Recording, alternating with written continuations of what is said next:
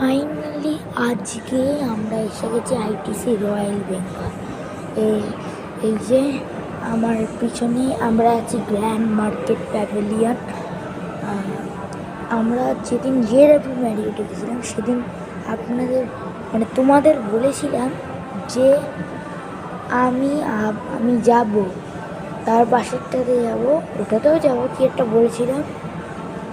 এবার এসে গেছি ফাইনালি আমরা আইটিসি রয়্যাল বেঙ্গলে।